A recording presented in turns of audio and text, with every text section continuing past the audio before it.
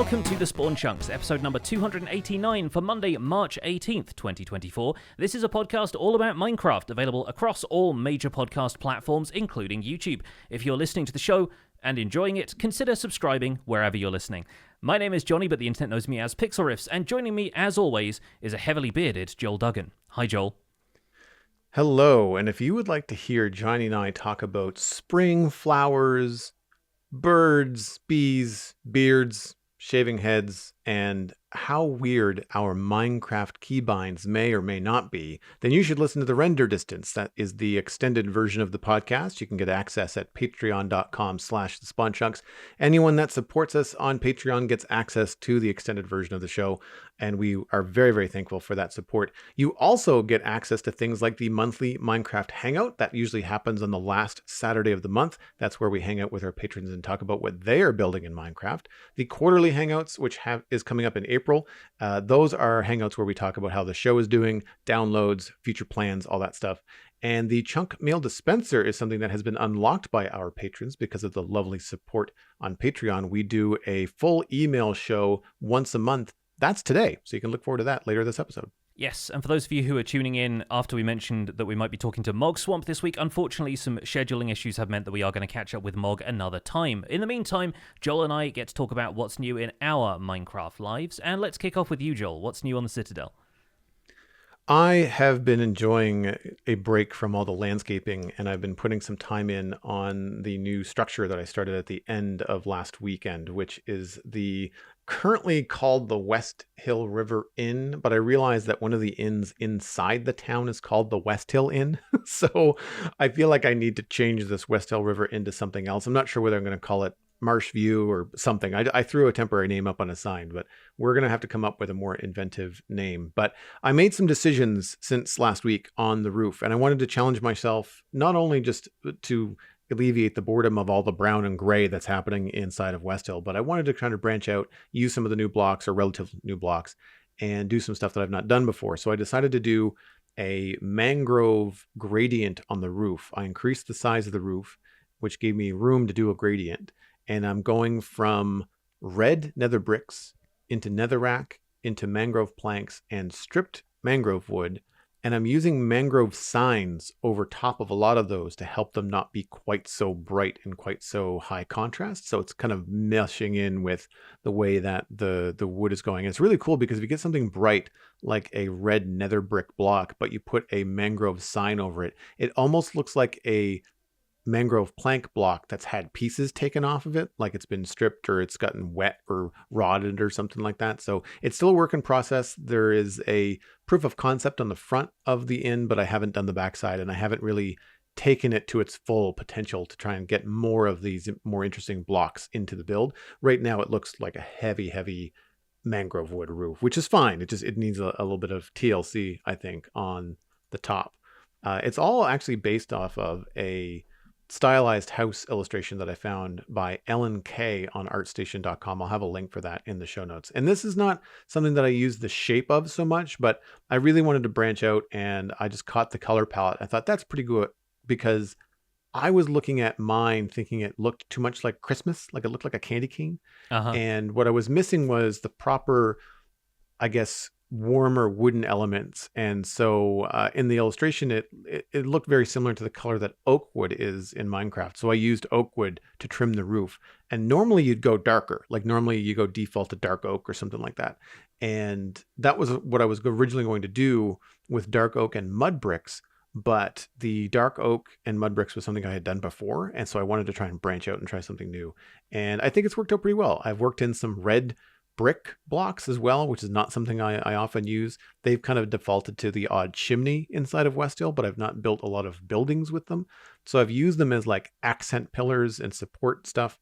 Originally, I had started with a stone base around the turret of the inn, which is basically where the staircase is. And I decided to switch that, and I've gone to deep slate. And I find that sometimes when I get frustrated with textures, it's not so much the type of block that I've used, it's more like the tone is wrong. You think, yeah, this is fine, it's a different color than everything else, but why is it feeling so washed out? And it's because there wasn't enough contrast. And I was using cobble and tuff and stone bricks and kind of my default go-to. but it was not enough contrast between that and the calcite that I'm using in the other parts of the build. And going to deep slate, it's enough of a change that it really feels like it makes a big difference. And it also stands up against the large curtain wall that's behind it. So you see the inn as kind of its own thing. So that was a lot of fun to work on the outside. And then I also moved in and did the inside as well over this weekend. And that was, I think, probably one of my favorite things that I've done in a while. Just little happy, not accidents, because I was definitely building this both from the outside and from the inside at the same time, because all of the walls are 1 block wide. So you don't have the luxury of having a color outside and a different color inside. And if you make a change for a window inside, that's going to affect how it looks outside. So I had to kind of think about that as I was going along. And once I was happy with everything, then I kind of had the freedom of like, okay, I know nothing outside is moving, so I can go inside the building, and you can add those little like stairs upside down in the corners of beams and rafters and trapdoors overlapping things, and just trying to make it look like it's supported and fighting gravity, even though you don't have to in Minecraft. And I love that kind of structural detail. And then I went in and I also added in tables and chairs with the data pack. And I haven't added the books yet, but the top floor has got a couple of small bedrooms and a kind of a reading nook sort of. And I'm going to be putting in kind of a custom layout of chiseled bookshelves with different amounts of books in them to keep it looking interesting. I just don't have the books right now, so they're empty. And I had a lot of fun with the bedrooms as well, because it's not a very big upstairs. The whole thing is only 6 by 10 maybe. And I used spruce trapdoors for the walls, so you can get a lot more going on in that space. But it gets tricky because, of course, even though it's a vertical surface, the spruce trapdoor takes up an entire block space. Mm-hmm. And I did a couple of clever things where on the outside of the room, it looks like a couple of barrels stacked with some storage boxes. But really, one of those storage boxes is the side of a chiseled bookshelf, which on the inside of the room is a bookshelf for the room that looks like it's built into the wall. Nice. So it really is kind of a nice little economy of space. And I didn't plan that. That's just me having some experience with this kind of stuff and kind of shooting from the hip live on stream and trying out a bunch of stuff. And I think one of the things about interiors that I like so much is that challenge of fitting everything in, but then also you're only dealing with 4 or 5 blocks at a time. So it's no work whatsoever to just try 3 or 6 different ideas and then just go back to the one that you like, because you're only moving a bed, a table, a chest 3 or 4 times until you get it the way that you want. And so I'm really happy with everything, the way it's come together. And I'm looking forward to, now it's going to be taking all of these things to that final level of detail, adding bushes outside and vines going up, and maybe taking a little bit of advice from you and having some of that mangrove roof have like a little bit of moss on it, maybe like have a little bit of a mossy corner in the back. I'm going to have some gardens and stuff outside, but I haven't gotten there yet. I had intended on doing the grounds on the weekend, but I got caught up with the interior. Looking at the inspiration image for this makes me kind of jealous of games like Enshrouded that have half timber blocks as their, like, one of the blocks in their standard block palette, because that's something that you cannot do at the scale that you're building this building with in Minecraft and have it look at all good, in my experience, at least. Like, there are so many small details like that that make so much sense from a medieval building perspective, but obviously when you try and relate that to Minecraft, you have to build on a much larger scale for it to really work. I've seen people do great stuff with effectively a separate framing element that's attached to the outside of the build that comes 1 block out, and using trapdoors and even, stairs and slabs to create that impression. But I find that only looks good from one angle, which is usually the angle that you see people taking screenshots from. And then when you move around it, suddenly there's this 1 meter thick layer of wood protruding from the wall that doesn't look natural for a medieval build at all. So I think you've done a pretty good middle ground there of just making some of those walls just the kind of washed out white color of the calcite that you've got in there, and then adding enough wooden framing elements to the roof and everything that it still feels like timber is part of the build. It just can't be part of what frames out the walls. And I do have plans to add some window dressing, maybe some flower boxes or something, just to try and cover up a little bit of the calcite. And the calcite is going to need a texture pass where I'm going to mix in some, either quartz or white concrete powder or just something to kind of take away the repetitive texture. I like calcite, but when you get a lot of it in an area, it does tend to have that repetitive Minecraft texture on it.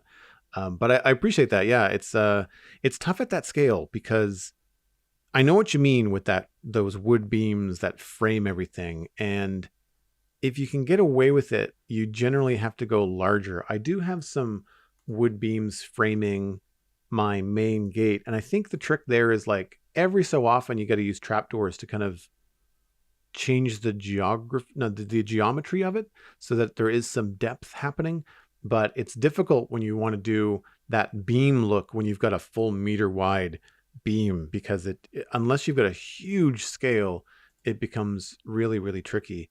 I've seen some people do some effective stuff with fences, but you're stuck with that weird way that a fence attaches to a block from behind. So like you said, it looks good from a screenshot, but then once you go sideways, you're like, well, why does it have all this funky attaching stuff on the back of it, right? It looks kind of strange. Unlike a wall, I've said a number of times building West Hill, I really wish we had log walls in that style, because that would help a great deal with stuff like this. And I feel like they would fit naturally in a lot of different places. But it's one of those things that I think, coulda, shoulda, woulda, wish we had them, sort of thing. But yeah, I appreciate it.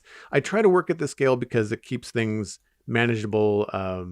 And if it wasn't for the grounds, I feel like I probably would have finished this weekend, because it's one of those things that was exciting to do. And I don't want to say that I was burnt out on the landscape stuff, but I definitely needed a break to kind of stretch my brain in a different direction. And adding these layers of small but poignant builds coming up to the town, again, adds more life to the area, and it doesn't feel like a bleak football field out in front of the town now. Yeah. Like I've got a couple more farms that got to go in, and I think once that starts going in, it'll start to feel a lot more at home.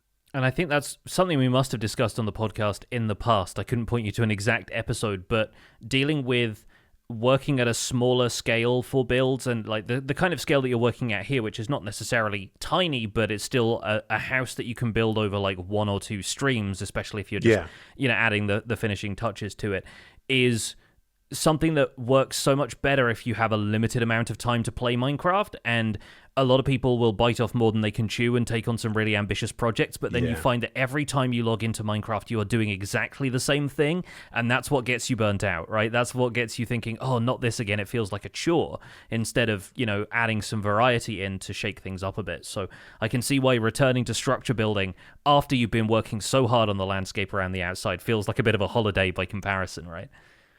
Absolutely. And then when I go to do the landscaping, the grounds around this, I feel like I've learned a lot about how to do landscape effectively, quickly, the way that I want, and some new tips and tricks just on my own experience of the last month or two doing landscaping so often around West Hill, that now this large area all the way down to the river behind this inn doesn't feel intimidating at all. I look at that and go, like, this is actually rather small. Yeah. compared to the the chunks and chunks of riverbed that I've done in the last couple of months. Like, this is nothing.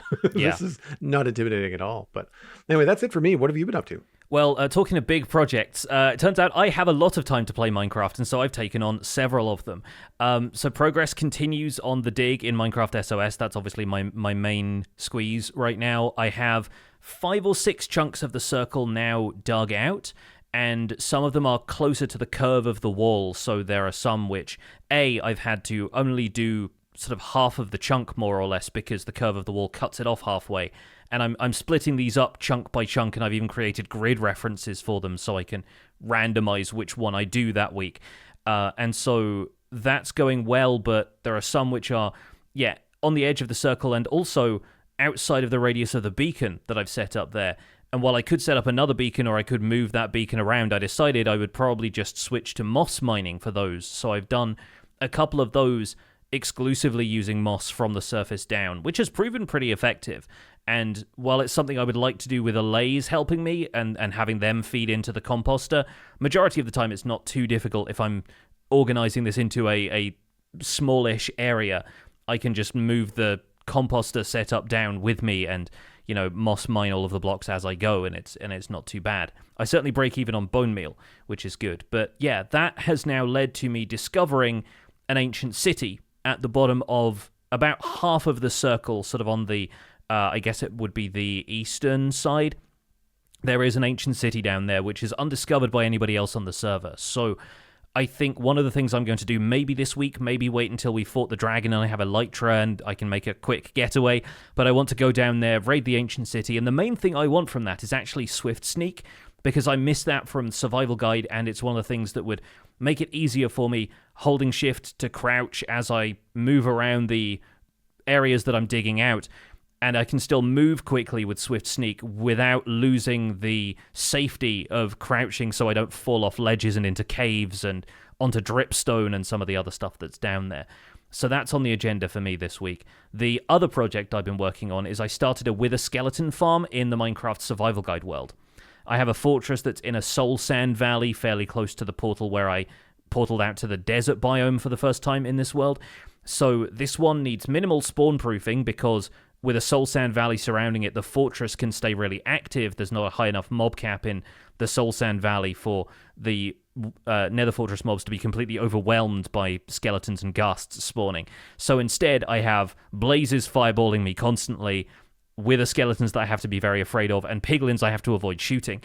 But in the meantime, having set up that platform, I'm now growing a ton of wither roses on there, and now only wither skeletons can spawn. It covers 2 crossroads in the nether fortress. I can potentially build up multiple platforms inside that space for them to spawn on, and I need to move in some piglin assistance and a viable AFK spot below the farm, which is currently over a lava lake, so I do need to clear out a bunch of lava from that area. But those are going to be, tasks for the next episode of Survival Guide. In the meantime, it is spawning a lot of wither skeletons. I watched this episode and I was surprised at how many wither skeletons were showing up in your farm, despite the fact that it's not a huge platform. Yeah. Because the last time that I built a wither skeleton farm, I can't remember. It's not Ilmango. I think it was Iscal85 built it, but it was designed by Nimban. It's that one that uses slime machines to like push mobs around, and it's not just wither skeletons. Like it's all the mobs that you get from a fortress. So it's anything and everything that can spawn in that crossroads area. And it was a huge undertaking and required the buttoning or slabbing, in my case, because we thought it looked better, of a huge caldera around a lava lake. Mm-hmm. And so, like you, I chose an area that was pretty good for spawning because the crossroads itself was kind of in the middle of a lava lake. And so I didn't have to spawn proof everything immediately in the area. But when you look at the spawn radius, like it's a giant circle or sphere, I should say. So it did take up a lot of time doing that. I don't even know if we ever finished it. I just basically got it to the point where like, that's efficient enough. Like I'm getting several heads every 5 minutes when I'm sitting here hacking at skeletons and stuff. But I think that might have been made or designed before wither roses were a thing. Right. And so I feel like these new wither farms are far more efficient and certainly don't require the level of time investment that I had. I mean, mine looks cool and it has it makes a big contraption thing and looks fun that way.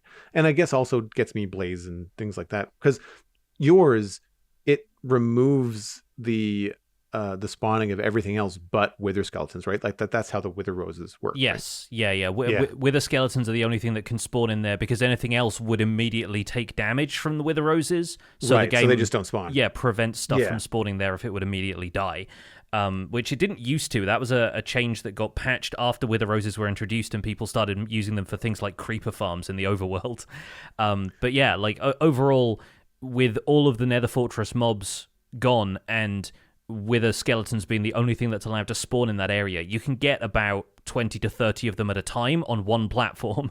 And so, yeah, it gets very easy. And right now I don't have an effective way to take care of them. I've got no killing mechanism installed yet, but once the piglins are luring them into the center and they can fall down into a central killing area, it's one of those things like an Enderman farm where they'll spawn effectively enough that you never really run out of stuff to hit.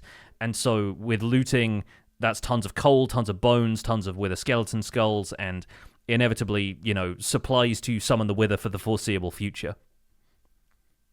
So when you do this, like, what's your plan for the killing chamber? Like, are you going to do something where you have to you have to hit them to get the heads, right? You can't just Yes. entity cram them, right? Yeah. So you have to have, similar to like an Enderman farm, you got to cram them all into a spot and then use like a sweeping edge sword and Yes. keep that at the farm, that kind of deal. That's effectively it. Yeah, that's what I did on the Empires server, whereas the last time I built one of these and it was very successful was on Empires, where I had 3 crossroads all kind of lined up in the same farm.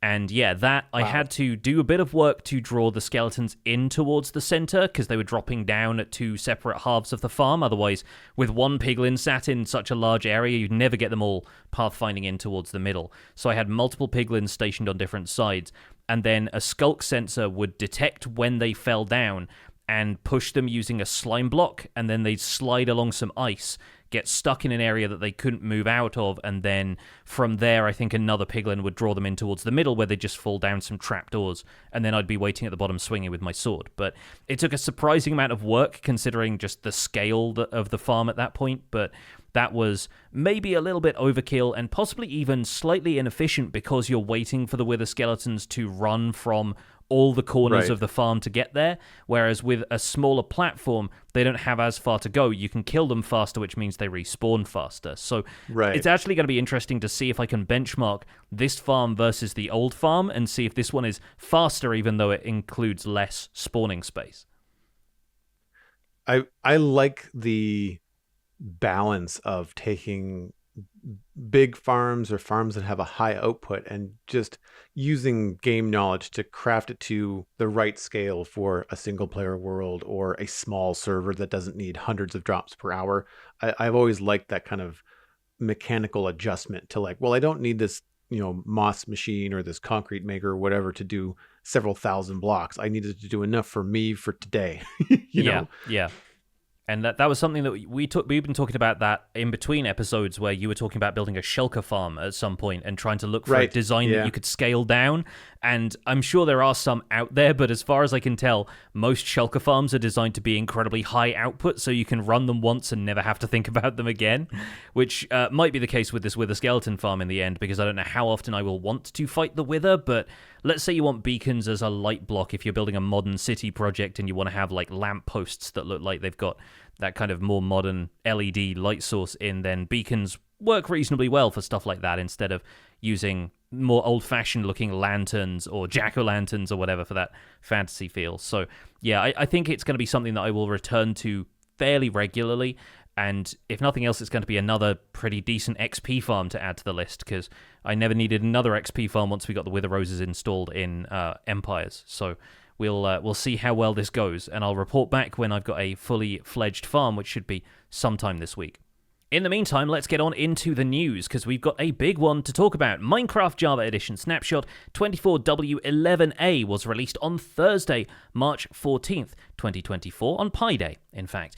This week, the article says, we're expanding your arsenal with a smashing new weapon, the Mace. Use this weapon's special smash attack while leaping from a high place, and watch your enemies get knocked back. The longer you fall, the harder you hit, but make sure you time it right. Your fall damage is only negated if you land the blow. Alongside this hefty new mob swatter, we're also bringing you new chambers and variations to trial chambers, updated loot tables for vaults, new pottery sherds, armor trims, and banner patterns, as well as the usual slew of bug fixes and polish. So the experimental features added in 24W11A include the Mace, the Breeze Rod, and the Heavy Core. The Breeze Rod is an item dropped by the Breeze that can be crafted into 4 wind charges. Breezes drop 1 to 2 Breeze Rods when killed by a player, and this is affected by the looting enchantment, so it is possible to get more. The Heavy Core is a mysterious, dense block which can be combined with a Breeze Rod to craft the Mace. The Mace is a new heavy weapon to smash your enemies. Leverage the weight of this new weapon to deal additional damage the farther you fall before hitting your target. You can try it out by jumping down towards your target, strike them before you strike the ground. Successfully hitting a target this way will negate any fall damage accumulated from the fall, similar to how a wind charge works. Other entities near the struck enemy will be knocked back by the immense force of the Mace. Using a mace will decrease its durability like any other weapon, and it can be repaired with breeze rods at an anvil. Players can use a mace in combination with the wind charge to launch up and deliver devastating smash attacks on their enemies. Along with this, they've added 2 new armor trims, 3 new pottery sherds, and 2 new banner patterns. The Flow, Guster, and Scrape pottery sherds can now be obtained by breaking decorated pots with those designs in trial chambers. The Flow and Guster banner patterns have been added to the Vault loot table, and the Bolt and Flow armor trim smithing templates are also obtainable from vaults. Bolt can be duplicated using a copper block or waxed copper, while Flow can be duplicated using a breeze rod. The updates to trial chambers include new chambers and variations having been introduced with new challenges. They've remade one that was previously called Chamber_9 and renamed it to Slanted, and they've renamed Chamber_3 to Pedestal, along with a couple of tweaks to that one as well. Trial spawners will now appear more frequently in corridors, and they've changed the layouts of some of the blocks around the vaults to make them more easy to spot. The updated Vault loot table, updated to address some inventory management issues. You'll now get no more than 1 unstackable item per vault. You'll now more often get rewards which can stack together. Horse armor and saddles have also been removed from the loot table, and in addition to their previous rewards, vaults in trial chambers can now eject wind charges, the Bolt and Flow armor trim smithing templates, the Flow and Guster banner patterns, and the heavy core. Changes in 24W11A include adjusting flying behavior for bees and parrots to keep them from overshooting their position when flying up and down. Status effect particle colors are no longer blended into one particle color. All the active visible status effect particles are now rendered separately, and the frequency of emitting status effect particles has been lowered so this doesn't clutter up the screen. They've updated the Wolf Armor crack textures to make it more obvious when Wolf Armor needs repairing. The menu background blur has been updated to look better and be more performant. And when summoned in other ways, for example using the spawn eggs or the summon command, specific wolf variants will be spawned in the biomes you would typically find that variant appearing naturally. So if you want a rusty wolf, you can spawn one from a jungle biome, for example. The technical changes in 24W11A include the data pack version now being 35 and the resource pack version is now 29. These changes bring additional tweaks to the recently introduced item components system. There's a long list of stuff and it's a little bit too crunchy for us to read on the show, but the full details are available from the Minecraft.net changelog that we've linked in our show notes. Notable bug fixes in 24W11A include leashing an iron golem breaking its pathfinding until you reloaded the world, bees being lured into dangerous blocks and getting stuck in lanterns, those have now been fixed, wolves trying to attack armor stands has now been fixed so you can't play fetch with those anymore, leashed pets teleporting to the player when reloaded, feeding tamed baby wolves and cats causing them to sit down and stand up just for better pet management, wolves no longer attack when unleashed if they were leashed previously, bees not recognizing beehives or bee nests with a campfire directly below and a block on top has also been fixed, along with tamed wolf movement speed decreasing when unleashed from a fence, and picking up lava, powder, snow, or water using a bucket, desyncing between the client and the server. That's been fixed as well, along with a full list of bug fixes. You can find all of that at the article for Snapshot 24W11A. That's linked in our show notes. You can find those at thespawnchunks.com. Minecraft Bedrock Edition Preview 1.20.80.22 was published on March 14th on Minecraft.net. Bedrock Edition also received the Mace and the Trial Chamber changes we've just covered in the Java Edition snapshot, along with a few additional gameplay tweaks and bug fixes. The armadillo walking animation has been accelerated, bringing it closer to the pace it has in the Java Edition. Fixed an issue causing beds placed across chunk borders to sometimes break or turn invisible. Reduced frame stutter when encountering a character creator skin in-game.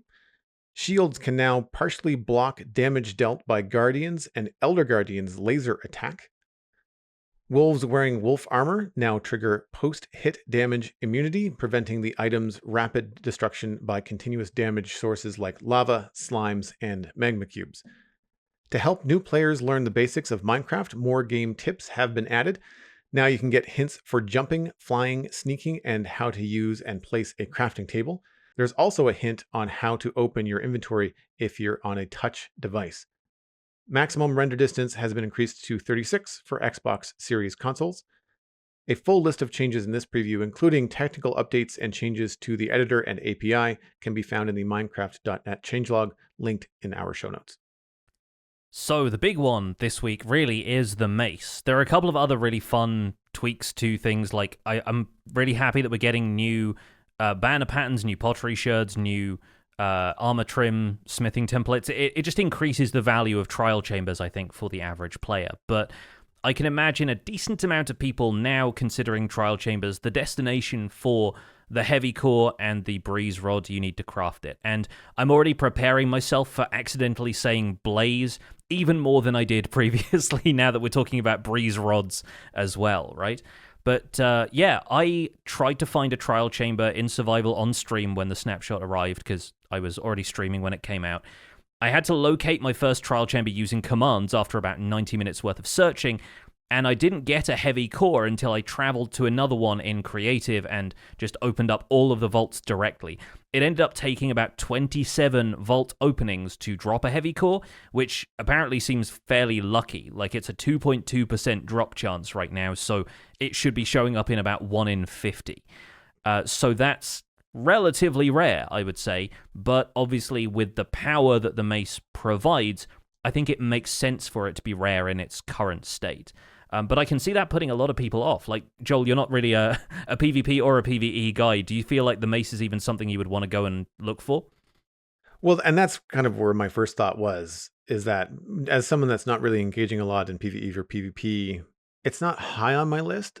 I still think it's cool. Like, I still think it's a nice addition. Watching you play around with it on stream and combining it with the wind charges and the fact that it has such a strong attack, but comes with a skill point or a skill that you have to learn. Like, you can't just aim it and hit something with it and it just does crazy damage. Like, you have to time it. You have to get up high enough. You have to figure out what the health is of the thing you're trying to hit, and are you high enough? And there's all these different things that kind of have to factor in.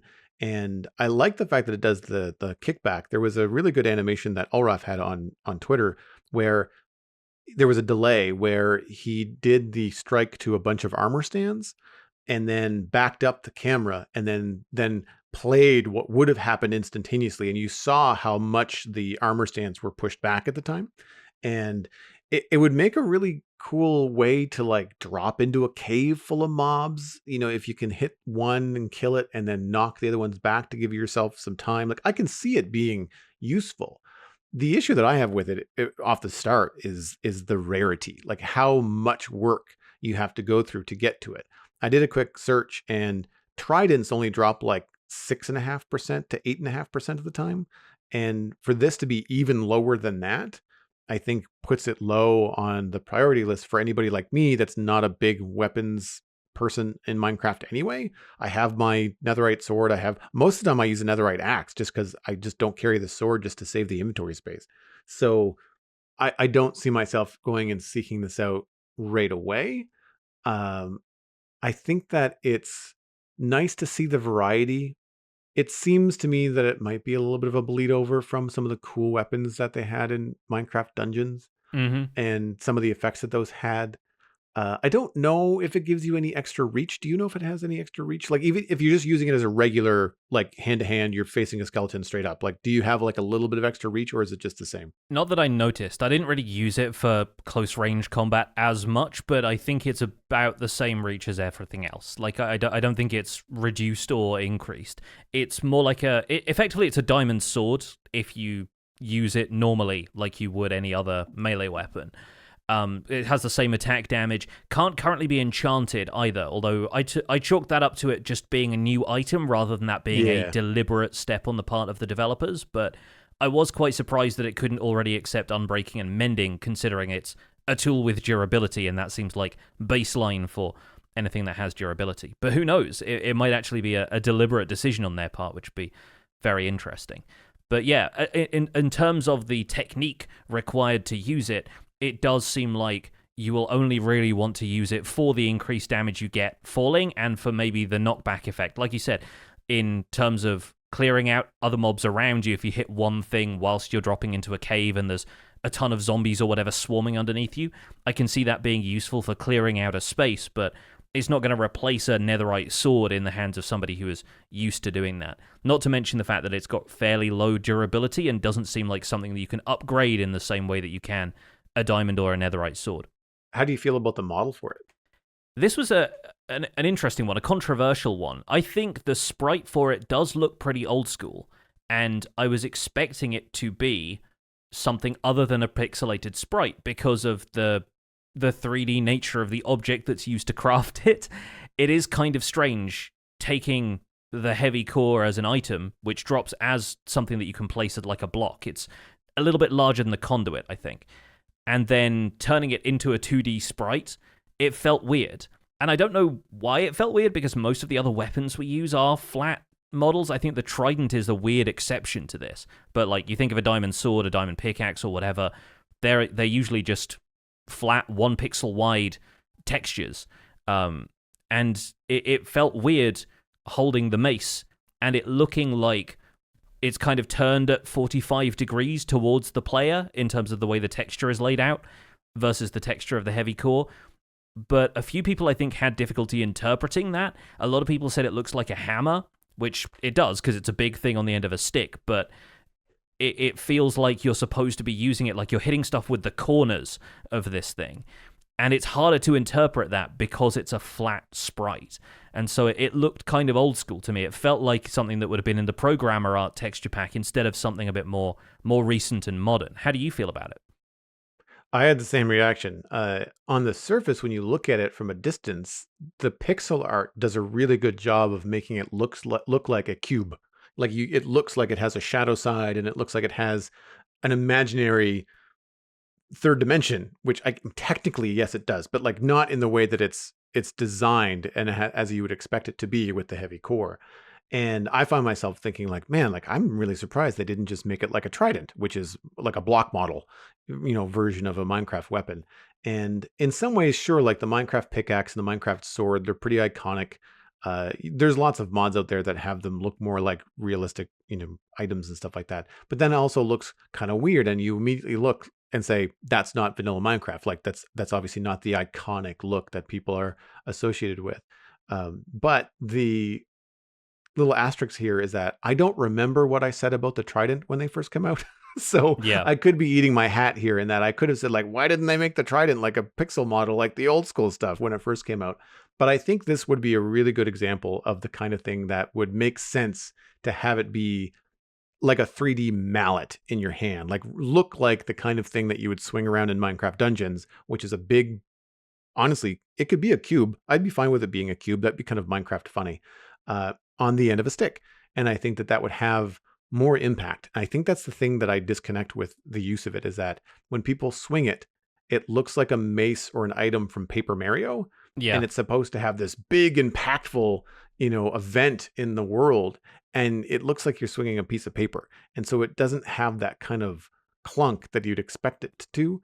And I think that's where my kind of design brain kind of disconnects with it. Yeah. And I also think the heavy core has an interesting texture, and it's too bad that it's so different when you turn it into the mace. I think it just doesn't have the right character to it right now. And the diamond sword has had long enough in the game to become part of the game's iconography, and it feels like, an instantly recognizable item.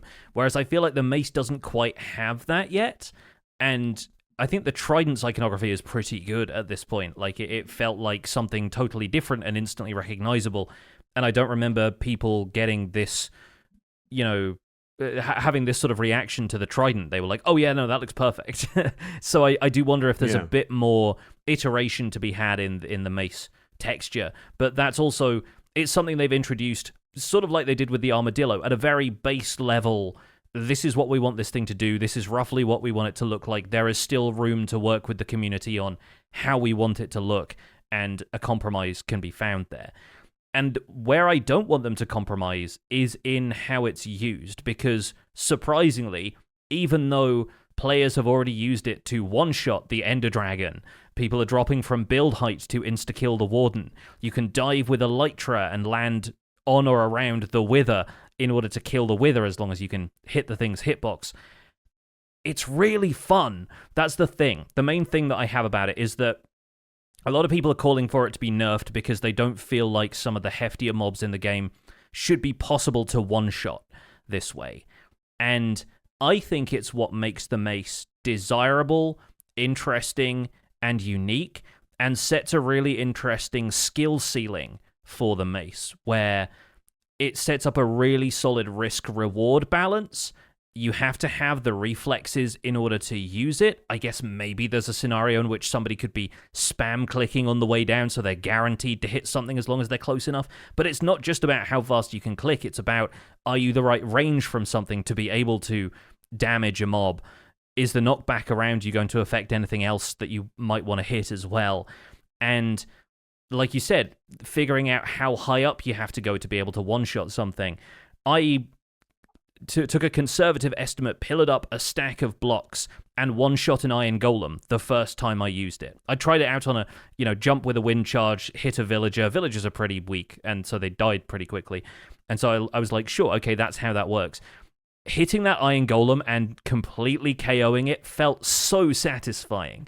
And I worry that scaling that back at all, removing that sort of thrill of the experience, is just going to render it fairly redundant, especially when it comes to hitting stuff like the Warden, because if you hit the Warden for anything less than its full health at that range, it's just going to one-shot you. It's going to one-shot you right back. It's going to KO you. And I was testing it out in a variety of different scenarios. Like I wasn't sure if it was just your velocity that it took into account, or how far you had traveled without touching down on a block. So I went sideways at a Warden using Elytra, just kind of skimming the surface of the ground, and hit the Warden, and then the Warden just killed me. So it's clear that it is a vertical fall distance that impacts the damage that the mace does. And I think it's unlikely to be easy to farm, or even particularly easy to use. It's going to be one of those easy to understand but difficult to master kind of things. And like I said, the mechanic behind it is so satisfying that I don't want them to adjust too much about it or walk back the idea that you can one-shot stuff, because right now, at least, it is possible to take down the Ender Dragon or the Wither with relative ease if you have that level of experience with the game. And the mace just provides another tool for people who have enough experience with the game to do that. And I think it could lead to some really interesting gameplay scenarios. I have less of an idea of how it could impact stuff like PvP, but I understand that the PvP community is one that obviously sticks behind on older versions if a new feature comes out that they're not too keen on, but they're also very good at adapting if they want to move forward into newer playstyles. And so if you get somebody with a mace, it's likely that people are just going to run underneath them if they see them leap into the air using a wind charge. A lot of the PvP demonstrations that I've seen have been people showing the success of using the mace and just showing them, standing still as somebody else drops on them with a mace and one-shots them in full netherite armor. But it depends heavily on what your opponent is doing, and if your opponent is trying to dodge you, I don't think you're going to be able to hit them that easily. So I do think there's a little bit more nuance to the discussion than just seeing people demonstrating this where they've spawned stuff in creative mode. And having searched for it in survival, I do think that trying these things out in creative mode just because it's the shortcut to find stuff is skewing people's perspective on how easy it is to acquire when they assess how overpowered something like the mace is. That's the feedback that I saw on Twitter as well, and I apologize, I don't remember what user it was, but someone had replied to a thread that said basically, I'm seeing a lot of people calling this overpowered, but all of the examples are in controlled environments.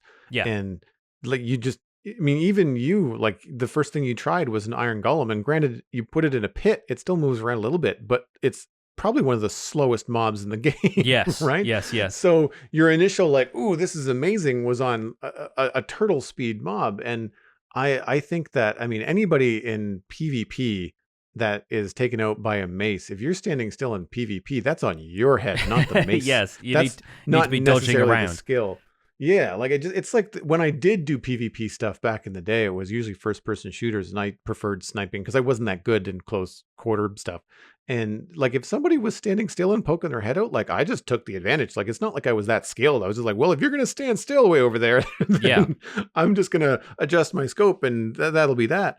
So I feel like it's got that risk versus reward balance. I feel I think the only thing that might be a little bit unbalanced about it is how difficult it is to get. I think that they might want to increase the frequency of the heavy cores or something like that. Because 27, I know that's one sample size, but like 20 or more trial keys and trial vaults to go through to get one core, that's a lot in my opinion. I think that it might be gated a little bit far beyond the RNG, but I don't know. Like it's hard to say because people go to their way to get tridents and they do all kinds of stuff with them. I'm really curious to see if there's going to be any other things that come out of the mace beyond just PvE and PvP.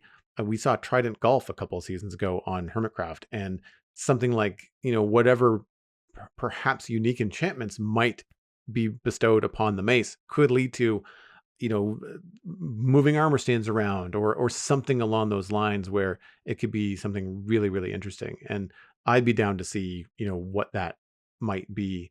Right now, I just think it's a little hard to get. And to play a little bit of a devil's advocate too, like you don't really see tridents in super high rotation these days. They're used, but more of a novelty.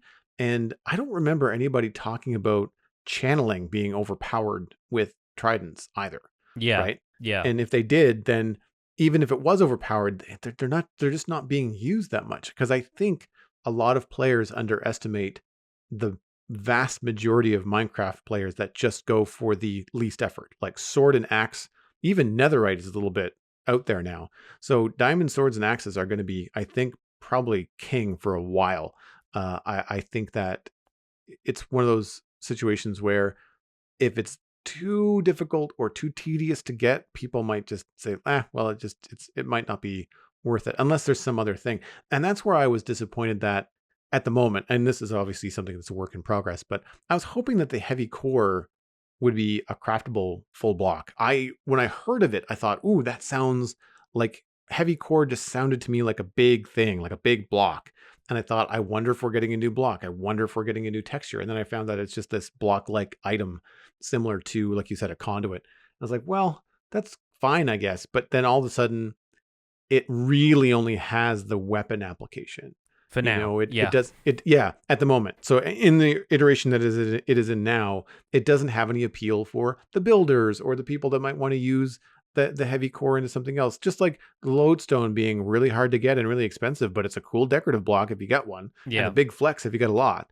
And I feel like that kind of a thing would be fun to have as an option, to have. I was envisioning, again, having seen the name in the notes, but then not having watched any videos or seen any images of it. I had like a dark cast iron looking block in my head to match like anvils and cauldrons and stuff. And that had me really interesting, breeze metal or core iron or just something that you could combine the heavy core with, like, I don't know, deep slate or something, just to kind of make some sort of new thing. And they right now it's just the item. So it's hard to say because I feel like the breeze rod too is interesting that it drops and it's you can correct me if I'm wrong. You can make wind charges out of the breeze rod. Yes. Yeah. Each breeze rod breaks down into 4 wind charges, I believe. Right. So it has 2 purposes right now. It gives you wind charges and then also crafts the handle of the mace. Yeah. And immediately it's going to be compared to the blaze rod, which to me feel more immediately useful because you can use blaze rods for smelting. You can turn it into blaze powder, which is of course used in your brewing stands, as well as crafting. I want to say, is it magma cream? One of them. Yeah, blaze powder and slime makes balls, right? magma cream. Yeah. So there's a few things there that you can craft and then use in other different recipes down the line. And I'm not saying that obviously this is the be all end all of the breeze rod. I almost did it there. Yeah, see, it's difficult. It's difficult. It'll get you. Yeah, it's like the Striders, like they keep on coming up with these names. But the breeze rod, one, it looks cool, and I feel like they have an opportunity here to look at the blaze rod, look at its utility, and have some more common uses for the breeze rod, as well as these very cool specialty uses for the breeze rod. I don't want those to go away. I just think that they could do more with it. And I'm not saying that it's all that they've thought of. I'm just saying that at the moment, there's nothing. I'd like there to be more. Yeah, and I expect there will be more, if not in this update, then in future updates. The name of the heavy core suggests to me that there is going to be more to it, because you don't think of a mace as having a core inherently, and so if they wanted it to just be part of the mace, they would just call it mace head Mace core or something like that. Yeah, so agreed. I do think the core of what should be the question that we're working towards at this point. It could be a replacement core for a beacon that changes the way beacon effects work, which is something that people have suggested as an expansion to beacons in the past. You know, that there's potential for stuff like that to be out there. It could be the core of some sort of device that we have to craft that opens the ancient city portal, or, you know, you can think of any number of highfalutin uses for it. But I think the fact that it's called that gives us room to speculate, which I think is really nice at this point, especially when they've dropped this out of nowhere. This is something that was not mentioned at Minecraft Live. They hadn't really revealed anything about this until they started teasing a few things about the snapshot earlier this week. So there is definitely room for the heavy core to be transformed into something that is, you know, affects a variety of gameplay styles and isn't just relevant to combat and the mace. As far as the rarity of it, one thing that I haven't seen anybody test yet, and something that I think we might need to take into account, is multiplayer servers. Because remember, if you take a lot of players into a trial chamber, it's going to increase the rewards for each trial spawner you take down, so you get multiple keys from that, and each person has a chance to unlock the vault. So while a single player could be going around multiple trial chambers and not getting a heavy core for like opening maybe up to 50 vaults, if you get 4 players in there, then that number reduces down to like 12 or 13 per person, and by that time you've unlocked 50. So a single trial chamber could probably do for a team of 4 people, and it is likely, if not guaranteed, that you would get a heavy core. One of you would, at least. And obviously that's not going to outfit everybody, and people might want to continue searching, but there is definitely room for balancing to be taken into account when it comes to both multiplayer and single-player instances. And I don't think it's really possible to, at least the way it currently works, make a loot table that is for single-player and not for multiplayer. I think it kind of has to work for both. So in a single-player world, you've got to be fairly dedicated in order to find one, but in a multiplayer world, you'll at least get a couple of these things to throw around if you find a decent-size trial chamber. I now want to start a snapshot world where I bonk all the things. Because I think it'd be such a funny, if not like a hard-coded advancement, then such a funny, like, self-made objective, such a funny achievement to kill everything in the game using a mace. Not just hostile mobs, but I'm talking chickens, I'm talking silverfish, you know? Like, some of the stuff that's going to be really difficult to hit. An Elder Guardian would be quite difficult because you're going to lose all your momentum as soon as you hit the water. So you've got to drain an ocean monument, keep an Elder Guardian alive, and somehow fall from a height that's going to one-shot the Elder Guardian, right? Like, I just want to do something like that, but obviously do it in survival and not just set it up in controlled conditions, and see how difficult it is to one-shot a tropical fish with a mace, you know? I think it'd just be a really funny challenge. I've also seen a few people mentioning that you brought up tridents. Riptide with a trident is another great way of gaining height before doing a downward strike with a mace that some folks might not have considered, and some people were using that to like one-shot ravagers and stuff. Which is kind of a fun testing ground, because again, a Ravager is a mob that if you spend too much time up close to it, you are gonna not come out well from that encounter. So I think having the option to one-shot some of them is going to be a fun challenge, and potentially something that could go very wrong very quickly.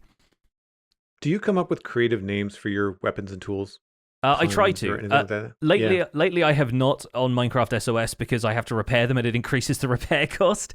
Right. But on Survival Guide, yeah, I'll call stuff. You know, my Silk Touch pickaxe was often called Smooth Operator or whatever. You know, I'll make little references to stuff. But yeah, like Fwip, I think, mentioned on Twitter that on his Empires Season 2, he had his sword was turned into like a mace-style weapon, and it was called like the Gobland Bonk Stick or something like that. And he's like, I want the Bonk Stick. And so the fact that the mace got introduced, he was like, I came up with it first, and now we're going to go around bonking everything.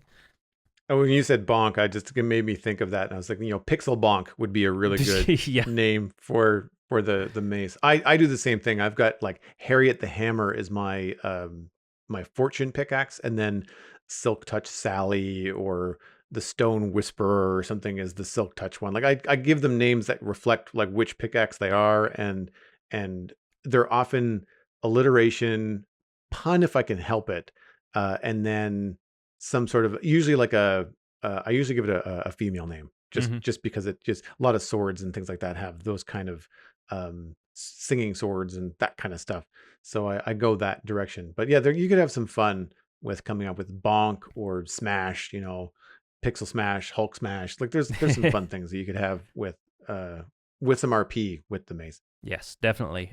So a quick roundup of other observations from the snapshot before we move on to chunk mail this week. This was my first time playing around with wind charges. I hadn't messed around with them in any of the previous snapshots since they've been introduced. I think they're a lot of fun.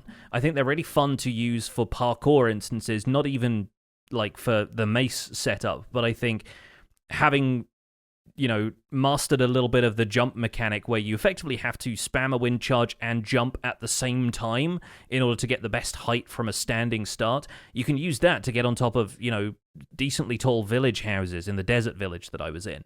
And I was having fun kind of leaping from rooftop to rooftop with that and seeing how they worked. I think breeze rods making it possible to get loads more of those is a really nice change, because I can see players wanting a renewable supply of them, and as it was, only dropping 1 or 2 from breezes at a time made for a fairly slim reward, and it made them sort of feel like ender pearls in the early game before you get an enderman farm, where you're like, I can't really see myself using these, I sort of need to hoard them for the foreseeable future. Whereas I think if you've got a stack of wind charges having come out of a trial chamber, I think you at least feel a bit more freedom to play around with them.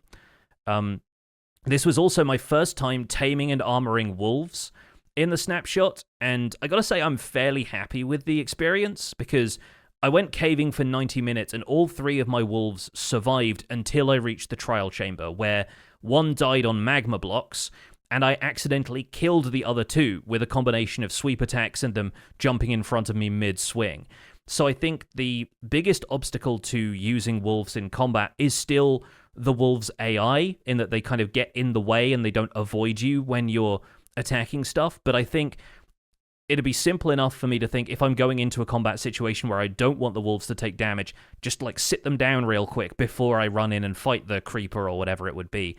And I think that would be a little bit easier of an experience. But as companions, they survived really well throughout the caving experience that I had, and wolf armor in general seems pretty well balanced from a PvE perspective, as far as I can tell. I didn't expect them to survive as long as they did, so I was pleasantly surprised by that.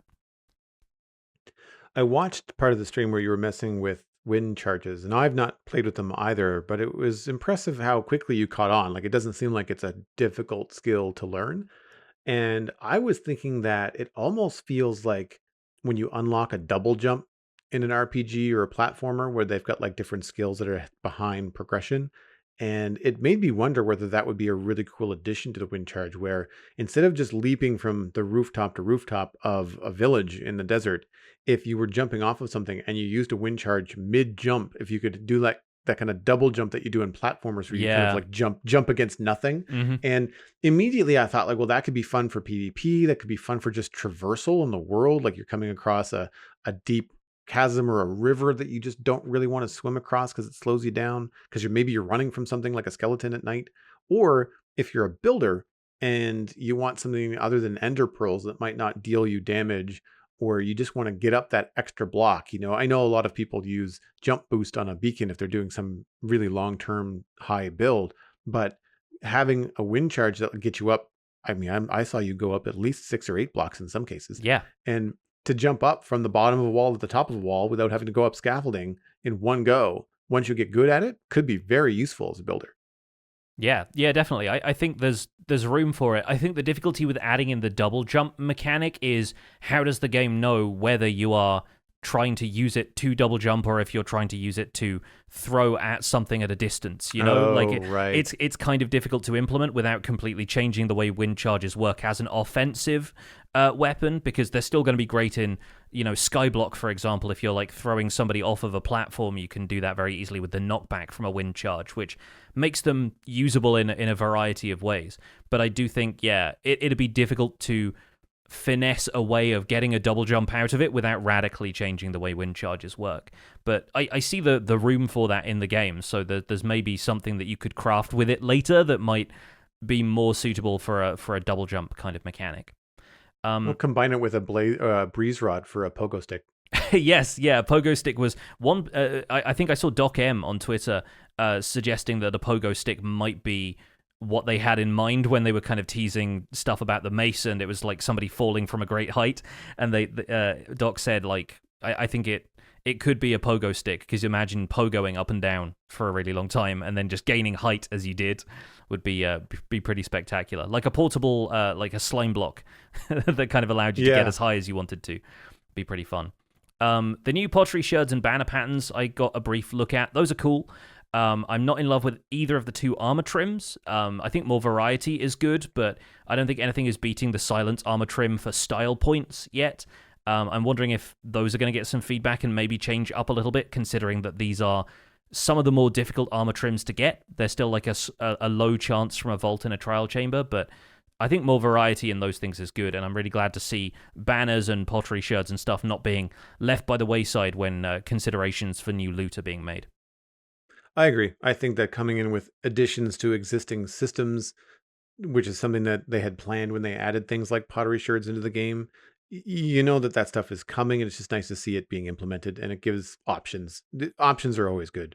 Yes, absolutely. Well, let's do what we're really here to do and go to Chunk Mail. This is our listener email portion of the show, and we're going to dedicate the entire rest of the show to this because it's our Chunk Mail dispenser episode. If you'd like to email the show, the email address is spawnchunkmail@gmail.com. And we have another reason for you to email the show, because we want to make episode 300 an all Q&A episode to celebrate reaching that particular milestone for the podcast. So if you'd like to get a one-sentence question about anything you would like to ask us, whether it's Minecraft, the business of podcasting, video games, our inspirations, other experiences playing Minecraft or other games, then send those in. We're going to try and include as many of those as we can to really bring in as many people from our community as possible. And so we're going to keep the questions short and sweet, and maybe keep the answers short and sweet as well. Send those to spawnchunkmail@gmail.com and add 300 Q&A to the subject line of your email so they can be more easily organized for the show. And we're looking forward to reading out a bunch of those in a few weeks' time. Our first email this week comes from Ice Shard 2003, Magic Mace. Hello, Johnny and Joel. At the time of writing this, I just saw the new Mace weapon that was added in Snapshot 24W11A. I think it looks exciting, but it doesn't currently have any enchantments that can be applied to it. In Fortnite, there was once a weapon called the Shockwave Hammer that you could hit the ground with to boost yourself into the air. What if there was a Minecraft enchantment that gave the mace a similar ability? Maybe it allows the breeze rod to release a gust of wind when you strike the ground, giving you enough leverage to accumulate extra damage. Sure, the wind charges could help you achieve the same thing, but with the enchantment, you could save yourself an extra inventory slot.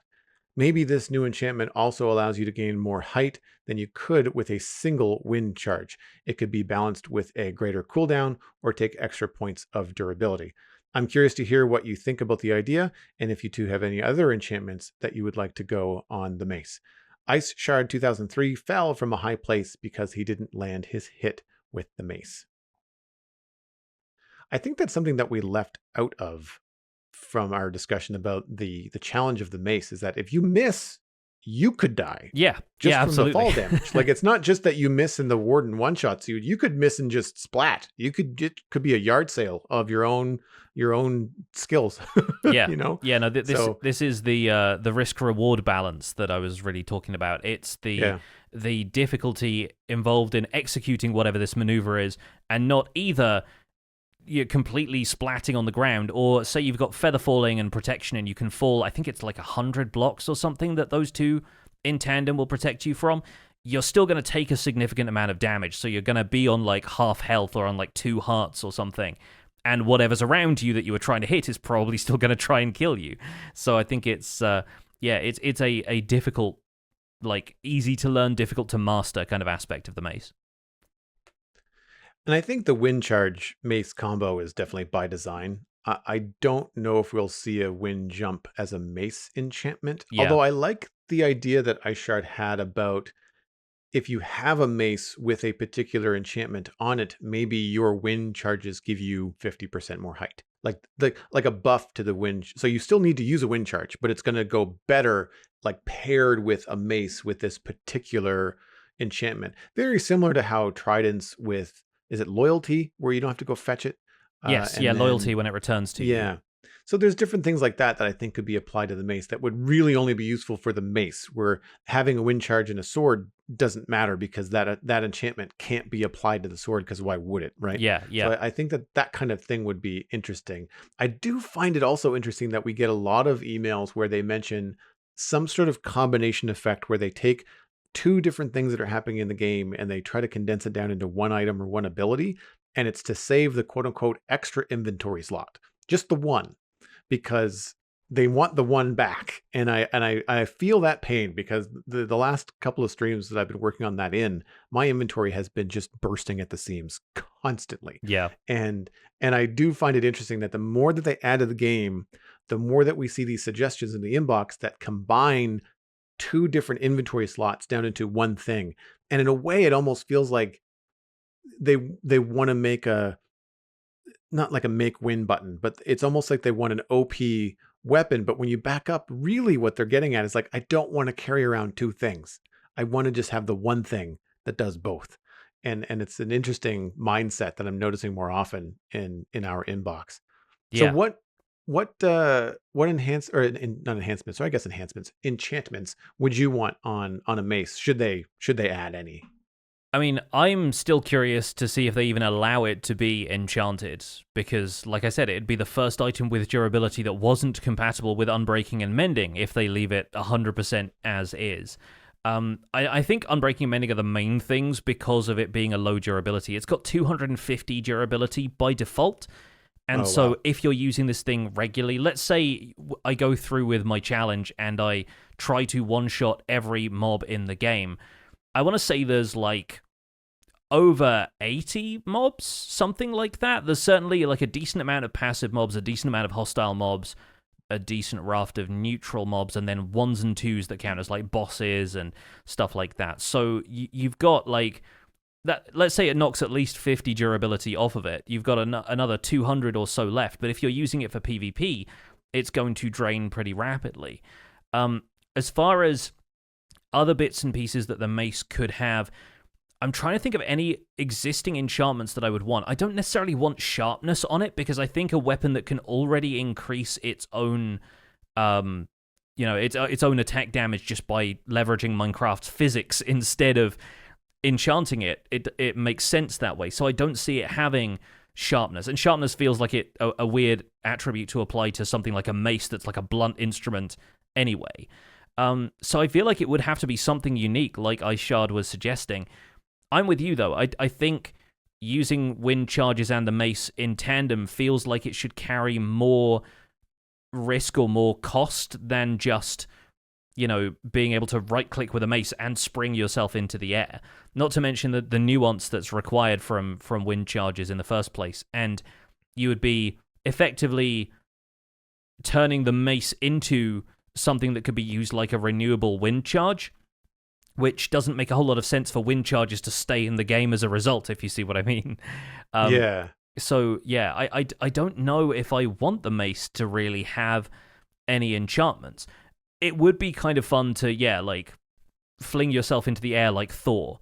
Like, the Thor roleplay that already happens with, like, Tridents having Riptide could be really fun to have with the mace as well. But I don't see the mace being a throwable weapon, so I don't think stuff like loyalty and whatnot really makes a great deal of sense for it. I think that's the kind of stuff that's going to stay unique to the Trident. If anything, I would like to see the mace become more like an elemental weapon, and having options to either have, like, not just flame, but maybe some kind of additional status effects that you can add to it, like poison or a wither effect, or something that could slow down mobs, like a freezing effect or something like that. There's room for it to feel a bit more dynamic that way and make it useful for more than just one-shots. But then I don't know if there's anything that really goes hand in hand with the mace's current functionality that doesn't then negate another aspect of gameplay. That's where my brain went as well, was a stun. something that kind of made sense with a heavy object that you're slamming on the ground or slamming on the nearest enemy that's sending a shockwave through the other enemies with this knockback effect. I thought a stun would be useful. So you drop into something like a Piglin Bastion and you hit the one Piglin and you happen to stun the other two that are right next to it, giving you a chance to either get away, loot the thing and run, or maybe even attack them a couple of hits before they get unstunned and then come after you. Just a kind of that little bit of an advantage, I think, could be an interesting way to do it. I don't know if the math, like, I'm not sure how the math would work on this, but I feel like an increased critical hit chance. So something that could improve the reach or improve the likelihood that you're going to land the hit in the first place could Right, be a yeah. good enchantment. I'm thinking mostly of like, maybe there's some players that are maybe younger, or maybe people that don't play video games that much or don't engage with PvE, PvP. Maybe they're playing on a device that is not the easiest, or maybe somebody with accessibility issues. Having an enchantment that might make it a little bit easier to use this weapon that took forever for you to get in survival might be fun to have on there as a bit of an effect. Those were where my brain went. I mean, it already does knockback, so I don't know whether extra knockback would be practical. It might be too much. Like, it might knock things far enough away where now the skeletons that you knocked back are now too far and they're shooting you and you can't get to them. So I don't know whether more knockback would necessarily be good. But I like that spin on a stun being elemental, like a freeze, instead of them getting dizzy. Although that would be very funny to have like little birds or stars floating around Yeah, skeletons' yeah, heads or zombies' little heads. chicken sprites or Yeah, something. Because yeah. thinking about the birds we have in Minecraft, chickens. it's either chickens or parrots are the two options Parrots. we have. Yeah. Yeah. That would be very funny. But like stuff like that would add some character to it and stuff. But I also like the idea of, we have recently had, frost and those effect with powdered snow added to the game. So having the ability to then do that to a mob with the mace, because it has I'm not sure what you want to call it, a frozen enchantment or an ice enchantment or something, where that mob then has its feet stuck in the ground with ice. It has that kind of elemental effect on it, like you'd expect in a fantasy game. Then that would be cool too.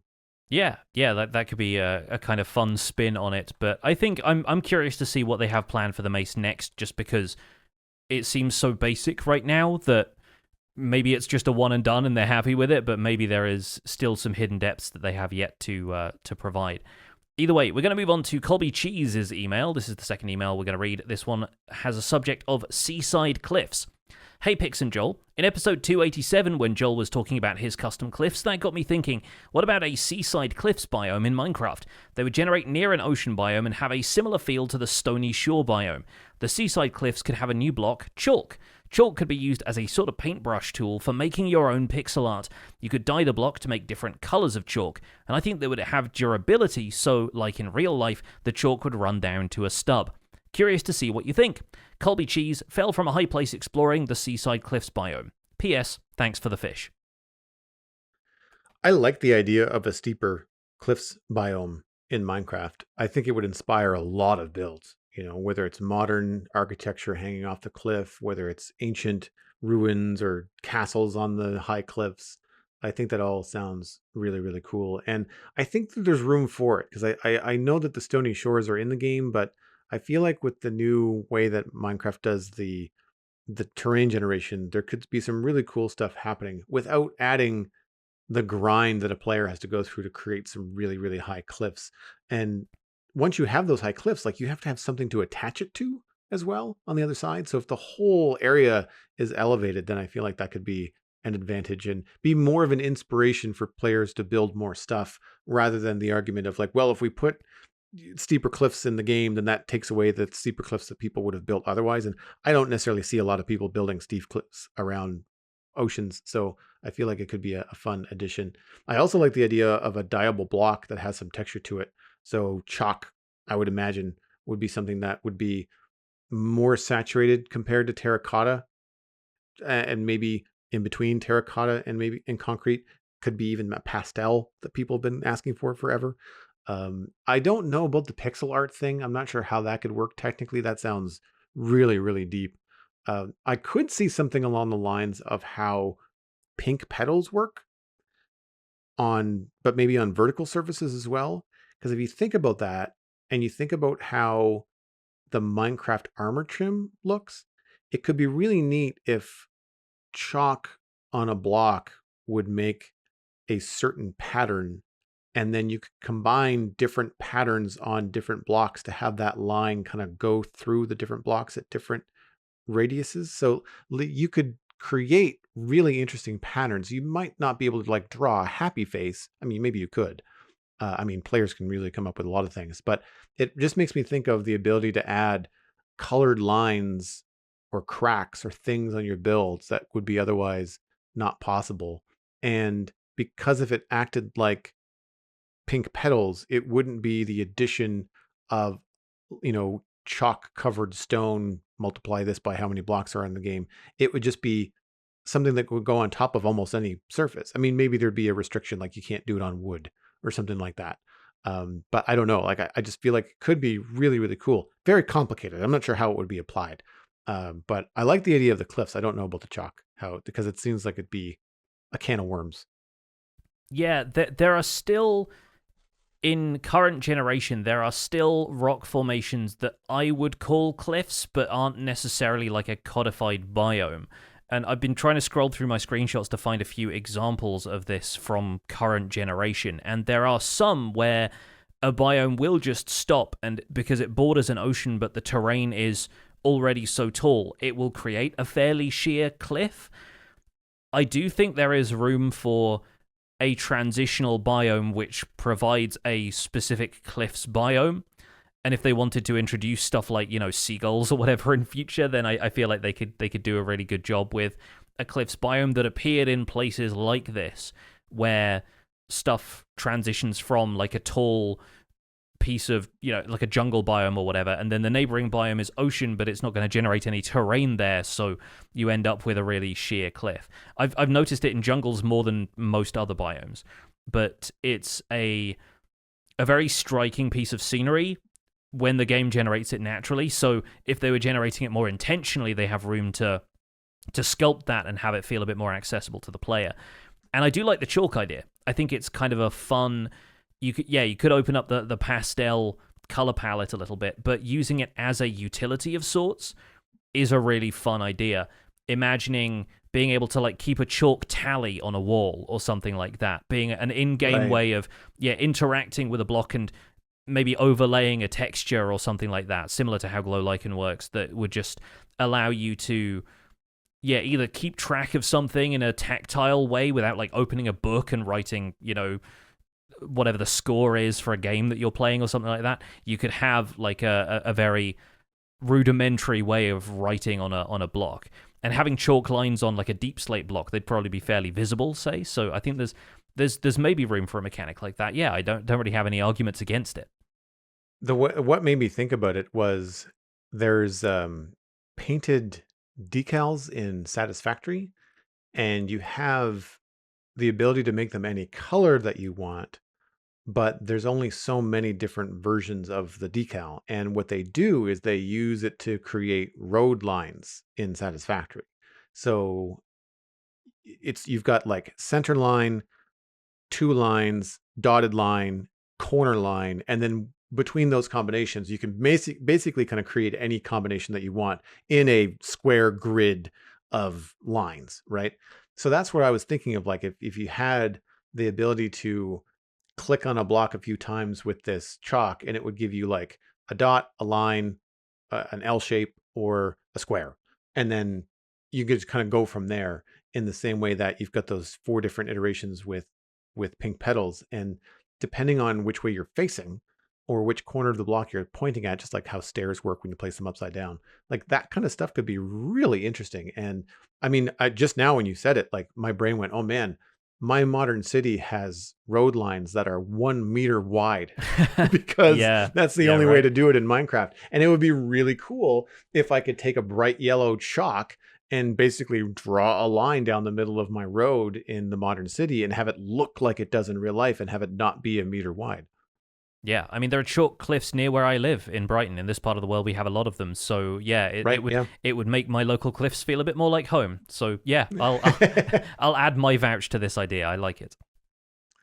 Speaking of bright colored blocks, our next email comes in from Monate, a use for dye blocks.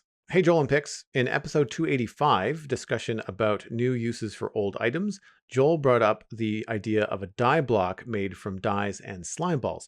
This reminded me of a Bedrock feature I've always wished Mojang would add to Java, colored water. A dye block, when placed in contact with water, could change the color of all the water in a fixed radius around it. I think this would add fun and a lot of nuances to new builds. What do you think? Monete accidentally drowned while trying to design a rainbow river. I love this. Love this. This would be so fun to take environmental details like a fantasy magic pond color, turquoise tropical oceans beyond what we already have now, because I know that oceans are different colors in Minecraft, discolored evil swamps, or maybe even environmental pollution, like a black or a brown dye block in a cove, making it look muddy or like an oil spill or something. And that kind of made me think, what if there was an oil block that could be added to communicate this possibility? So a player could see an oil block in the world, there would be an oil slick. The player would then have to collect the oil blocks or clean up the oil spill. And then noticing that that block discolored the water and then the water returned to blue when it was removed, if you combine that block with the dyes and then you got a new dye block that you could then use to do the same thing, but with like yellow and turquoise and magenta and everything else, I think that would be super, super fun. And it would also have that neat way of communicating it in game. So in this scenario, that oil block or the block that would reveal this ability to the player would take the place of the slime in my idea for creating the dye block. I just think it's really, really cool. Yeah, like fun idea, and especially if you can see it being used from an educational perspective with the sort of oil slick idea. Totally. I think that's quite Yeah. a fun way of introducing it in a way that Mojang has lately with the concept of encouraging players to become stewards of the environment around them, right? It makes a lot of sense. I do love the idea of dyeing water. I'm still jealous of the fact that Bedrock Edition has a different color of water in the end dimension. Like they have biome color water in the end. And there are different variants in Java Edition from biome to biome, but I love the idea of having more control over that.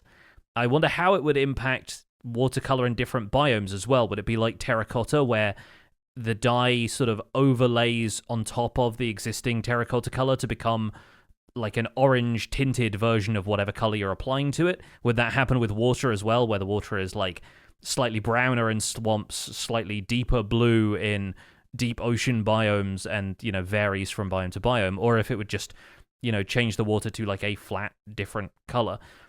I think in the voting update there was one of the options that you could choose was changing watercolor along with the biome foliage color and grass color and that kind of thing. So there is essentially code out there that exists for this. It's just about applying the color to it in patches, and it being something that the player can manipulate in survival, which is really the essence of this idea. And yeah, again, I think it, give us options for a great deal of creativity. You can't put water in the nether right now, but what if you wanted to build a nether type biome in the overworld and have the water colored red or something like that? I think that there's room for stuff like that to lead to some incredible creativity in builds. You could have my very first big build in Minecraft, Snake Mountain from He-Man, and I could change the water coming out of the snake's mouth into green goo. Yeah. Really fun, flavorful stuff like that. I think the trickiest part of all of this would be, how big is the radius? Like, what controls the radius? How big is too big? And how small is too small? Where does it become, well, I don't want to dot these things every 6 blocks. And I also don't want to place one and have too much of my pond tinted, yellow or green or whatever, because you might want it to go from green to blue or that kind of level. To your comment about the color of the overlay, I think the water texture would still show up, but I feel like I'd want it to be as close to the color that I'd have in my hand. Like if I've got a pink dye, I'd want the water to turn pretty bright pink. I think that if I wanted natural watercolor, I would just stick with blue. Sure. I mean, it's still going to be transparent. Like I think it's still going to have the translucency that the current water does in game. And I mean, just imagine how cool it would be to do underwater builds if you're swimming underwater and instead of a big blue fog, you're going with a big yellow fog or a big pink fog. There could be just all kinds of creativity unlocked with this. And you could even make it light grey, and that's probably as close as it would get to being transparent, at which point we could put into action that sort of water perimeter in a swamp biome that I've talked about previously, where you can float around and it feels more like you're in creative mode with a conduit, you know? There's lots of neat ideas there, so I like that one a lot. Moving on to our last email that we will read, although we are going to save one for the render distance for our patrons as well. This one comes in from Alto Leo Dog with the subject of XP debuffs. Hey Johnny and Joel, I was listening to your recent discussions about XP. What if there was an XP system that granted certain rewards but also debuffed you? So if you had lots of levels, you would have some sort of ability or maybe a new tool, but you might also be weaker. On the flip side, if you had very few levels, you wouldn't have the abilities, but your natural power would be higher. The idea is that XP weighs you down but can grant powers. Alto Leo Dog just sat there, waiting. So this is one where I think I will disagree. I think debuffs would feel pretty bad for players and get immediate blowback from the community. Yeah. I think being stronger with XP is better. Feeling weaker with less XP feels backwards. I think Mojang has to play the game yes and when it comes to potential changes to the current XP system. It has to stay as it is now and then add to the player experience, not take away from. Yeah, I would agree with that. I think there are going to be enough players out there who have a huge stockpile of levels that they're probably quite proud of. Say they're in a hardcore world and they have like 1,000 levels from using their zombie piglin farm or whatever, to immediately slap those players with okay, well now, you know, you're weaker and maybe you have a couple of extra... I'm not sure what the abilities would be and how it would balance gameplay, but I don't like the idea of weakening players as a result of effectively achieving something, which may be more or less difficult to achieve depending on whether you've got XP farms, but the more levels you get, it feels like that's your reward for having stayed alive for longer, almost, and so it doesn't really feel like it makes any sense. I have played games in which a lot of the gear has a flip side to it. Like, if you acquire certain powerful abilities, it nerfs you in other ways. And I always find that stuff difficult to balance unless it's really thematic to the game. Take Elden Ring as an example. Like, there are some, like, weapons or talismans or whatever that you can get in that game which increase your attack power and a couple of other stats, but basically they're like cursed objects where a bunch of your other stats will decrease, or you take more damage as a result of dealing more damage and things like that. And I think it would be a system that could work in Minecraft to an extent, but would also be very difficult to communicate to the player from a no text in the game perspective. You know, like a lot of the information in Minecraft is communicated either through pictographic means or sort of, you know, the player is left to figure stuff out for themselves. And I can't imagine it being easy to communicate to the player, hey, this has this impact on your stats. You know, this removes hearts from your health, but gives you a higher attack damage or something like that. And I don't see players being willing to make that trade-off in a sandbox game where they want a lot more control over what they're capable of. I would agree. I think that those kind of trade-offs are certainly good in some games, but not Minecraft, because of just the nature of the game, I think. And it's also harder, I think, to get rid of levels when you have a lot of levels.